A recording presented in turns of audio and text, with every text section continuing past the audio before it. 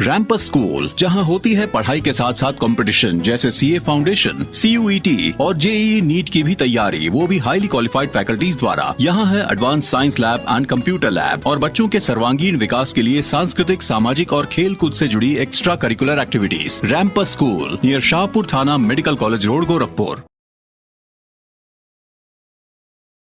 देशी दुल्हनिया पे आया आयरिश दूल्हे का दिल। जी हाँ, ये कहानी है अन्विता और एंड्रू की। बीते दिनों एक शादी हुई जिसने पूरे गोरखपुर में खूब धूम मचाई।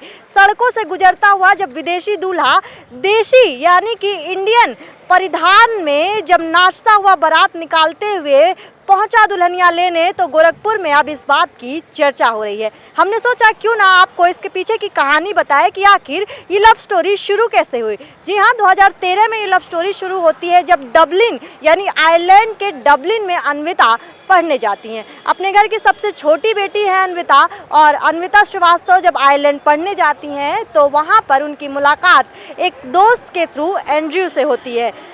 दोस्ती आगे बढ़ती है, रिश्ता आगे बढ़ता है और दोनों अपने अपने परिवारों से कहते हैं कि हमें साथ रहना है, शादी करनी है और हम अपना फ्यूचर एक साथ देख रहे हैं। जिसके बाद अन्विता के घर वाले मान जाते हैं और एंड्रयू के घर वाले मान जाते हैं और फिर बीते दिनों शादी होती है एंड्रयू की अन्विता। जी हाँ, देसी गर्ल पर फिदा हो चुके हैं एंड्रयू। जब गोरखपुर की सड़कों पे आपने बता दूं कि देसी परिधान में ठुमके लगाते हुए बारातियों के साथ एंड्रयू अन्विता को लेने पहुंचे। साथ ही बता दूं कि सारे रिचुअल्स उन्होंने अपनाए भी और संस्कार जितने भी होते हैं सनातन धर्म के, ये सारे एंड्रयू ने फॉलो किए और रीति रिवाजों के साथ अन्विता एंड्रयू की हो गई।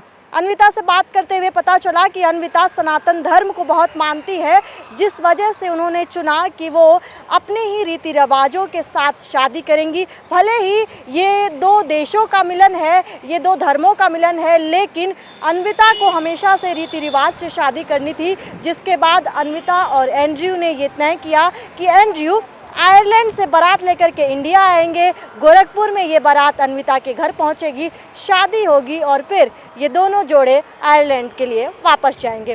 साथ ही आपको बता दूं कि कुछ दिन पहले प्रधानमंत्री नरेंद्र मोदी ने वेड इन इंडिया का ये स्लोगन दिया था। उन्होंने कहा कि वेड इन इंडिया यानी कि इंडिया में शादियां कीजिए। इन दिनों चलन चला हुआ है कि किस तरीके से लोग बाहर जाके शादियां कर रहे हैं, यानी कि डेस्टिनेशन वेडिंग कर रहे हैं, ये चलन है। बॉलीवुड की बहुत सारी शादियां, चाहे विराट अनुष्का की बात करते हैं, दीपिका रणवीर की बात करते हैं, सब ने विदेश को चुना शादी करने के लिए। आपको बता दूं कि विराट और अनुष्का की शादी टस्कनी में हुई थी, यानी कि इटली के टस्कनी में वो शादी हुई थी।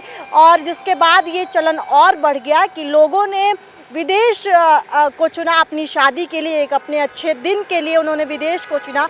जिसके बाद प्रधानमंत्री नरेंद्र मोदी ने कहा कि वेड इन इंडिया कीजिए, यानी कि अपनी शादी इंडिया में चूज़ कीजिए। अगर आपको डेस्टिनेशन वेडिंग भी करनी है तो आप अपने भारत की खूबसूरती को देखिए, क्योंकि भारत की ऐसी कोई भी खूबसूरती नहीं है जो विदेश में आपको मिल जाए।